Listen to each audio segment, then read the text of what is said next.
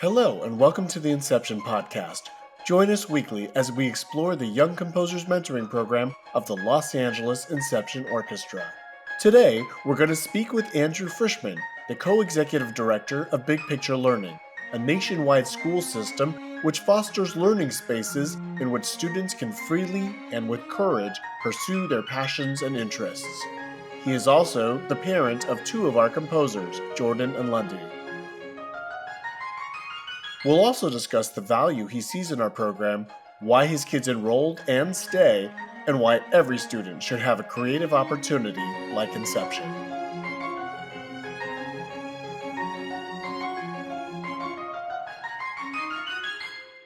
Hello, Andrew. It's so great to speak to you tonight. Thanks for coming on the podcast. Hello there, Akira. Such a pleasure to be speaking and listening to you. Well, thank you so much. You have two kids in our program, Jordan and Lundy, who are amazing. They are 9 and 11, is that right? Lundy is 8, but he will be 9 in just a few months, and Jordan is 11, and she would probably tell you 11 and a half. They are terrific kids, and I'm so excited that you came on. It's great to get parent perspective. We really want to find out in this conversation why you put your kids in, what benefits you've seen, and how excited they are, and how excited you are around it, and how much, I don't want to tell you how much we love working with them. Well, thanks. I mean, I feel like if this were a court of law, you'd be leading the witness. Excited to share my enthusiasm and really voice their enthusiasm. They are the ones who have really driven this and have been most interested. And I think as a parent, a lot of what I and we try to do with my wife partner, Lee, is to help offer opportunities. So excited that the opportunity of Inception is out there. And not only for our own kids, but for all of the other great young people that they've had a chance to connect with. So let's talk about how we met. I have a day job at the Fox Family Foundation, which seeks to break the link between poverty and vision loss. Big Picture Learning, that you are the co-executive director at, is one of our grantees for a project we call Project Insight. How did we first get connected? I'm glad that we got to connect. Sometimes the day jobs and the night jobs, the day passions and the night passions all intersect in really exciting ways. So, at Big Picture Learning, as you mentioned, we are particularly interested in young people having the opportunity to pursue their interests and passions. We were launched about 25 years ago. Our co founders, Elliot Washer and Dennis Litke, were looking at the American public education system and really recognized that particularly if you ask high school kids, how do you feel about school? A lot of them come back and say, it's boring. I'm not really known there. I don't get to do the things I'm most excited about. And the things that I do every day are not really related to my life outside of school. And I don't get to do the things I'm best at. I don't feel that school is connecting me to the future careers that I would want to explore. And so Big Picture was launched as a way to try to address that. And so high schools were designed in ways that first got to know young people really well and ask them, who are you and where are you coming from? What's your family like? What have you been interested in? What do you care about in this world? What matters to you? What do you want to get better at? What are you already good at? Who do you want to connect and learn from and with? And so Elliot Washer, the co-founder of Big Picture, was in touch with some folks in the Southern California area. And one of the career fields that young people sometimes don't always know to explore is all of the things related to eye health, vision loss, visual impairment. And so somehow Elliot and Lee Fox, one of the leaders at the Fox Family Foundation, connected up and said, hey, wait a minute, I think we could put something together here. We're trying to inspire a next generation of young people to explore the career field of eye health. And we got a whole lot of young people who are trying to figure out what they're interested in. And sure enough, it turns out that all kinds of young people are connected to people who have experienced some form of vision loss or visual impairment. We connected up and Project Insight was born or came into focus. See what I did there? And that's been a really great collaboration where lots of young people, not only in big picture schools, but beyond, are learning more about the field of eye health and visual impairment and vision loss, and really getting to inspire them to become the next generation of not just optometrists and ophthalmologists, but also neuroscientists and laboratory technicians and researchers and all kinds of exciting braille writers, all kinds of exciting things. Well, that's super great. That was almost as bad as some of the kids' music jokes. They're not even So, dads either. So I claim the dad joke title. so many great things with Big Picture Learning that you guys do. But I love this fact that you guys take high school kids and pair them with mentors in the field. What was really great about when we formed Inception, without even knowing it, we had looked at our curriculum and we realized we were very similar. We had these group classes, and then we Hmm. private mentored everybody one on one throughout the course of the week, which gives more focused attention to each student, of course. Absolutely. And that's, I think, one of the things that drew me first as a parent. I think anytime when you see one of your children get excited about something, you just see where the energy is. And you say, God, there's a lot of excitement and fire and passion. What can I do to help give my child and more opportunities to explore that? And so both of my kids had a little bit of guitar and piano lessons. Each of them in their own ways had shown that music was something that they enjoyed creating, and I think we had tried out, and they both have just great piano and guitar teachers, and we're learning quite a bit. But it wasn't necessarily activating their really most creative instincts, I would say. And so I think to go back to big picture for a moment, there are two words that are really important to us, and they are want and with. The want is really important. It's what is it that gets young people fired up and excited, their interest, their passion, the thing that they just, even if you don't tell them to do it, they're going to do it. Even if you tell them not to do it, they might go do it anyway. It's sort of what do young people do when nobody tells them what to do? That's how you figure out what their real interests are and what their want is. And then the next one is with. It's very, very rare that really anyone learns anything entirely alone. Learning is truly, in some way, a communal act. It's something that's done together with others. Even if you're sitting alone working through a piece by Haydn or Chopin or Beethoven, well, Haydn or Chopin or Beethoven wrote that thing a long time ago. You're communing with them over a couple of centuries ago.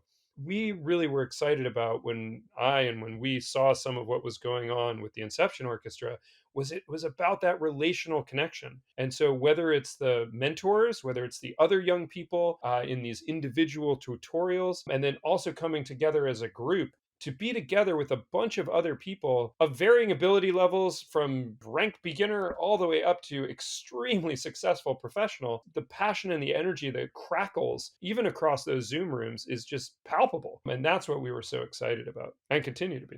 We love Jordan and Lundy, and I think it's their enthusiasm, even with they have just started. I think when we first met, right away, you had just gotten a cello that your school had Yes. provided. And you sent me this video of Jordan trying out the cello. And it was like the cutest thing. And who knew that that's what turned into two of our favorite students? Yeah, no, it's been exciting. And I think each of our children, in their own way, demonstrate a lot of love and excitement for music. And I would just say, if you're thinking about having your child join Inception Orchestra, that's sort of a prerequisite, right? It can't be something that you as the parent want to do. It's got to be something that your child has expressed a real strong interest in doing. But then the second thing was that, again, I mentioned the piano and guitar lessons were great for very specifically learning kind of the technical skills of each of those instruments. But we found that each of our children would occasionally sit down at those instruments and kind of noodle around on it a little bit, but they weren't really learning how to create some of their own music. Imitation is an incredibly important element, I think, and you can learn a lot from mimicking others' expertise. But the idea to sit down and out of thin air or out of some wood and some metal to be able to create new sounds and songs is just a miraculous thing. And I'll always remember the moment that Lundy had worked with another mentor and had put together his very first, it was only, 4 or 5 measures on Sibelius, and then printed it out. And I remember him holding this piece of paper and just practically glowing, just like bursting out of his skin. He just ran over to show it to myself and to Lee and said, "This is my song. I wrote this." Right. And that for an 8-year-old to sort of self identify as a composer, I think that's part of what also is so special about Inception Orchestra is that right from the beginning, the way in which young people reframe their identity is just immeasurably powerful. I was really excited when actually that mentor sent me the copy. I was like, my gosh, this is so cool. And I loved also, because I work with Jordan, so Karen and I switch off with Jordan a lot, your daughter, and she had come up with a piece. It was so surprising the first time I heard it because I was not expecting this. And she just sat down at her piano and started to play it. And I was like, are you kidding me? This is so great. And what I really loved about it was that she had another piece and she was able to fuse those two together to create one. And she was so open minded about it and willing and just excited to do it and really worked at it. And that's what we love. Thank you for mentioning that, because the next thing I was going to really say is that in so many schools and so many school based activities, young people are given a worksheet or a set of math problems or even a particular project, and they work on that over the course of maybe 5 minutes, maybe a day, maybe even a week, maybe even a month, but then it's done and it's sort of shelved and it's put away. And the work might have been done, usually, it's done basically for the teacher.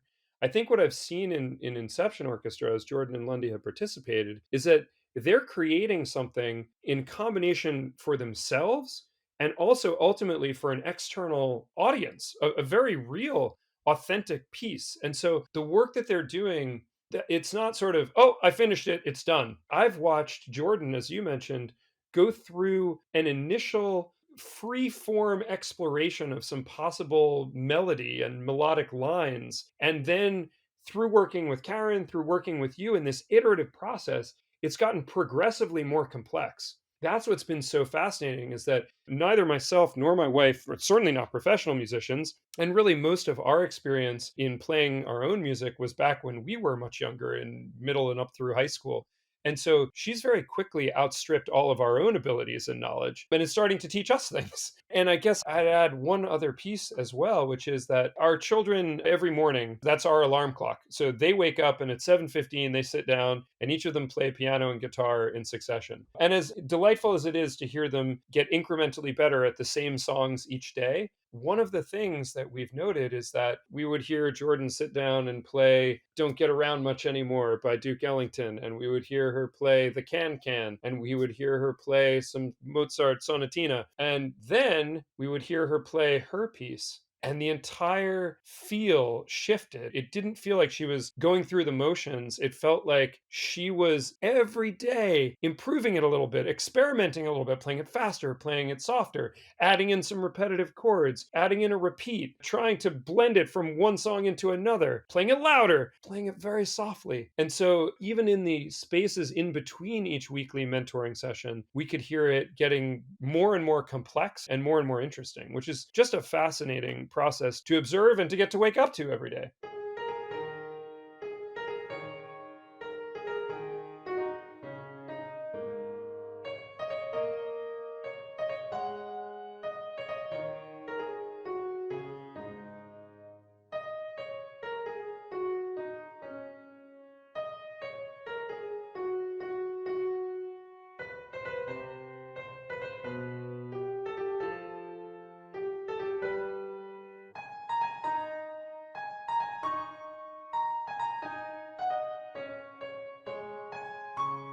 I think the great thing about being with someone who is so young at this age, what's exciting and what I love about working with her and Lundy is that they're so open minded, which is great because I have a piece that I've showed the kids that I wrote when I was 11. It's interesting, it's cute, but that trajectory of getting to knowing that I did my first full film score at 19 in front of musicians and orchestra and I was conducting, you can get there. And I think that's what's really exciting about kids who are young and open to notes and open to adjustments and exploration. Yeah, the other piece that I should mention is that our children attend a bilingual immersion school. And one of the things that we have experienced as parents is the way in which their language acquisition has worked.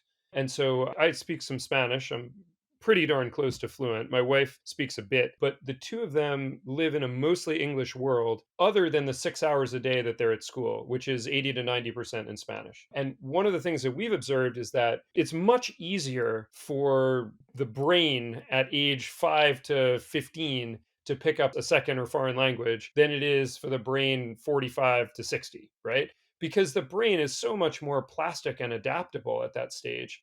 And I feel the same way about the music process. I sort of tried to stay with Jordan and Lundy for the first few weeks and even month or two as they were in Inception Orchestra. And they're just so quickly, Dad, come on, that's a minor seventh. Like, what are you doing? They've been very quickly outstripping my musical knowledge, which has been really exciting. And I think there must be some parallels to the way in which people learn language and learn music. And we've been observing that. Yeah, in fact, you were the one who actually told us at the beginning because I was a little bit worried, truthfully, because our cohort had been going on for so long. So I think initially we had had some talks about, well, maybe waiting until a new cohort begins. But at that point, we didn't really know when it would start. So I said, just jump in. And you were the one who said, after a week or two, it's like language immersion. It's just they come in and they get what they get. And we love that. And we love that about those kids and your attitude around it. You and your wife who are so supportive of this. So it's great. We feel particularly lucky every Saturday and, every day that our children have a one-on-one tutorial as well. It's a really unique thing. I think we feel really grateful that we stumbled across it, especially when it's 3,000 miles away from where we live in Cambridge, Massachusetts. I know. So are you going to book some airfare for when we go back live? We'll be expecting your kids to fly in every weekend. I'm sure they wouldn't complain. We'll have to figure that out. Yeah, we actually do have to figure out the hybrid format when we come back, which will be pretty exciting because now that we did expand nationally, like you said, you're in Cambridge, Massachusetts, I'm sitting here in LA, we have to figure out what we're going to do to mix virtual and being in person because I know some of our kids who are in person miss it tremendously. Well, one piece that I didn't fully mention about our work at Big Picture Learning, I mentioned the want and the width, but that width we feel is vitally important. And so I do think that there's something profoundly unique and different that happens when a group of people walk into a music recording studio or step onto a stage to perform or even physically meet together. It's not just that video digital interfaces can't always mesh lots of different voices and instrumentation. There really is something different that happens when people are physically in the same room. And that's something we really believe at Big Picture. And when our students are off interning, that idea of situated learning, that the learning happens in the authentic location, it allows you to go so far beyond what happens in a classroom. That's not to diminish. I've been shocked and amazed, quite frankly, by what is able to be experienced over the course of a few hour Zoom session on a Saturday. But it's still, I absolutely hear and agree with you that trying to figure out how to get young people back in person, especially now that you have this diaspora of participants, is going to be an interesting challenge to work out. So I think that we are thinking about really vetting local mentors Mm, for at least here and there for like your kids to meet with. So that has always been in our thought. We've had this thing about thinking about local franchises. mm, So do we have local musicians who teach some of the curriculum? And then when we can't find, like, let's suppose we're doing particular instruments, if we can't find the local guy, then people turn into our Zoom that we're kicking out on the same instrument. That's one thought. The other thought, how do we really switch these things around? We are looking at a studio. We're thinking about how do we put in cameras so we can have a multiple camera viewpoint of it so that we can switch it almost like a live TV show so that you're not just staring at a face in a Zoom. Being there, you're right, is so experiential and so important. Our studio engineer, Claire, who used to be with us live all the time, she came in early on and did a great, amazing presentation about being in studio and studio etiquette. And it was fantastic. And our board chair, who was sitting on the call, Michael Suchel, goes, that went over everybody's head who's never walked into a studio. And he was right. mm. Yeah, well, it's going to be an interesting and exciting experimental journey of what and how you compose. We are putting a focus on recruitment, but Andrew, anybody that you come across or anyone within your school system who might benefit from our program, we're 100% there for them. One of the things that I'm excited about with the production of this podcast, and also as you have an additional set of information on the website, and not just the podcast, but partnerships with amazing folks that you're working with, I think it'd be exciting to open it up and see if there are other students across the Big Picture Network who would be interested in participating. That would be fabulous. And certainly, while we are looking at a tuition base perhaps in the fall, it is open to everybody. I think couple of our board members, including me, feel that this originally was created so that whomever did not have access has access. So that's a super important piece of the puzzle. And as our program has grown, the access to these amazing musicians that Jordan and Lundy have come face to face with that I, at their age, would never have even imagined I would get to work with or be in the presence of or get notes from or learn from these talented, talented professionals. It's just incredible. Really incredible. And one piece that we might not have shared right at the outset in terms of part of the way that we connected and came together was that you mentioned that through your quote unquote day job, although the last time I checked, Akira, you seem to never stop the joyful work that you're doing, whether it's night or day. It's night and day somewhere, is the way I see it. But the way, we connected through that. And I think in passing, I learned from you and or Elliot Washer that you are involved in launch this thing called the LA Inception Orchestra. And so I checked it out. And even before I thought it might be a possibility for my own kids, I said, whoa, I looked a little bit at the website. I saw some video clips and I said, that's getting young people opportunities to participate and engage in something that they might never have even imagined. And look at this incredible, incredible talent that's just getting unleashed and unlocked and is really unbounded. And so I made a modest donation. And then through that said, oh, like it'd be exciting to see if my kids could participate and try it out a little bit. And after just a couple of sessions, I was like, whoa, wait a minute. This is amazing. And I feel like I want to donate again. That's a great habit, actually, that I've gotten into now to make not only donations myself, which I encourage not only all participants and parents of participants to do, but also have, put it out in general on the web to say this is a worthy and important, really a cause. There's so many young people out there across not only this country, but really around the world who I just think would be so much the better if they had an opportunity to participate in these kinds of music composition experiences that are uniquely offered through something like the LA Inception Orchestra. Well, that is so amazing, Andrew. And it was interesting because I know we were on a day job call and we had talked about Inception just very, very briefly. And you said, oh, send some information. And the next thing I knew, this PayPal thing comes across. I'm like, what is going on? That was so great. But much more beneficial from that is that we had your kids. A humbling and such a great endorsement that someone who literally is the co-executive director of a national school curriculum puts their own kids in the program and says, we endorse this. How great is that for us? Thank you, Akira. I appreciate that a ton. And I have to beg to differ with you on one piece, which is, and I think this is an important note for any young person and parent who are considering, which is you said who put their kids in it. And I just want to be really clear. I introduced the idea and the possibility for my kids, but I really made sure that it was them who put themselves in it. And what I mean by that is, I did reach out to you and say, do you think it would work for my kids to sit in on one session? Would that even be possible just so they can see what it is? And then they sat in on one session, and I think that, they were like, yeah, that was kind of cool. And I said, all right, would you want to check it out once or twice more? And I checked with you, and yeah, and they were there once or twice more.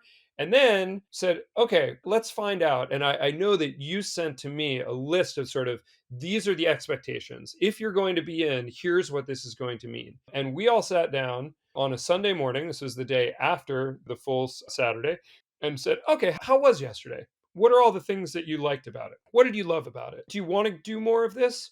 Well, let's talk about what else that would mean, because you're putting in, especially on the East Coast, a big chunk of Saturday afternoons. Are you okay doing that? And we went through and talked about, well, this is going to mean being there every week. This is going to mean practicing in between. This is going to mean getting on for an hour for tutorials in the middle of the week.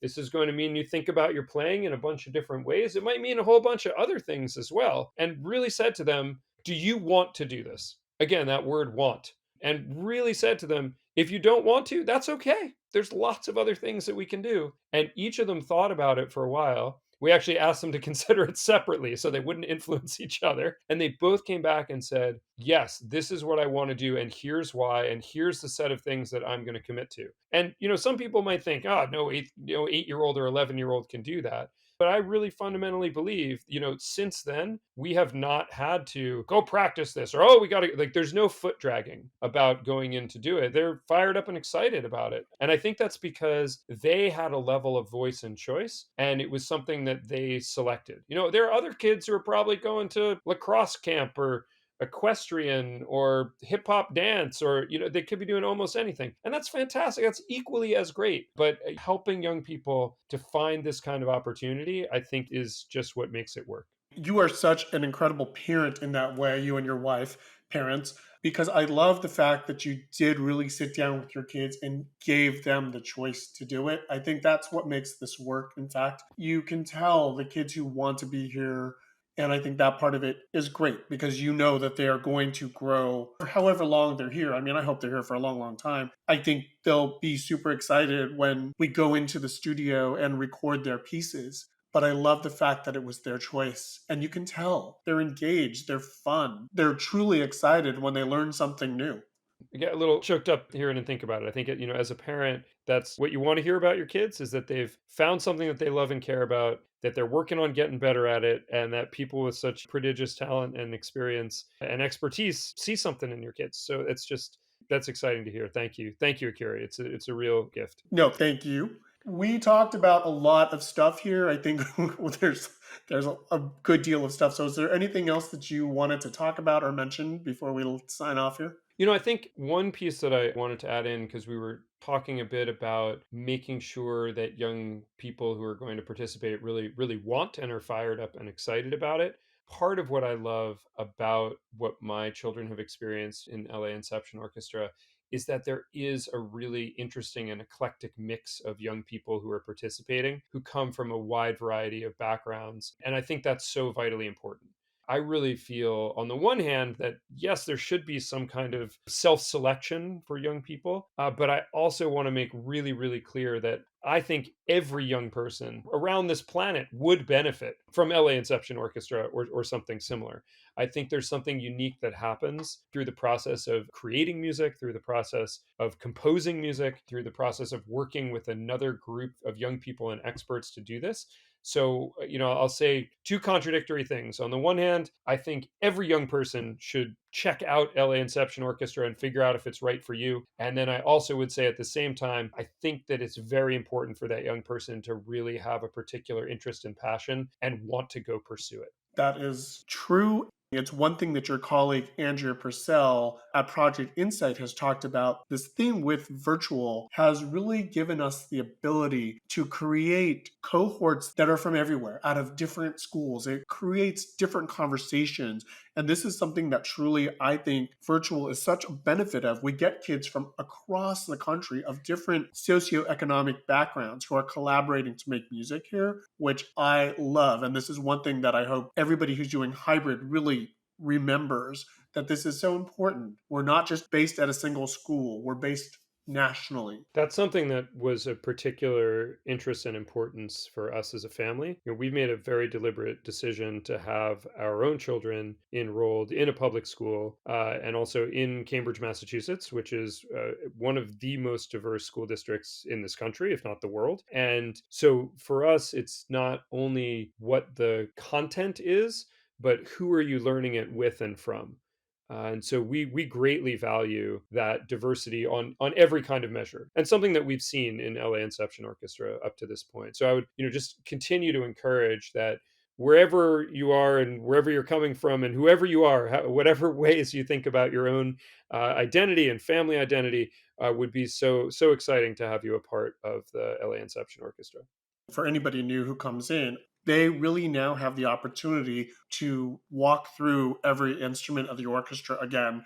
This is something we did last year and we're resetting it. Compose for these particular instruments and have them recorded. So, I mean, it's such an exciting opportunity that's coming up. Andrew, I want to thank you so much for being on the podcast tonight. This has been a super exciting conversation, and we look forward to hearing more music from Lundy and Jordan. August 7th, their pieces are debuting, so that'll be exciting. Thank you so much, Akira, and thanks to all of the mentors and participants and supporters of LA Inception Orchestra. It's been a pleasure and delight to see our children get to participate, and we look forward to hearing not only the compositions on August 7th, but all the music that everyone will be making in the world thereafter. If you're interested in composing, our cohort resets itself in September. Thank you for listening to today's podcast. The Inception Orchestra Young Composers Mentoring Program, in partnership with the American Society of Music Arrangers and Composers, ASMAC, is funded by grants from organizations such as the Los Angeles Central City Optimist Foundation and generous donations from friends, families, and listeners like you. please check us out on www.inceptionorchestra.org, where you can find lots of videos, an application form if you'd like to join us in September, and a spot to donate to help us continue our mission. Thanks, everybody.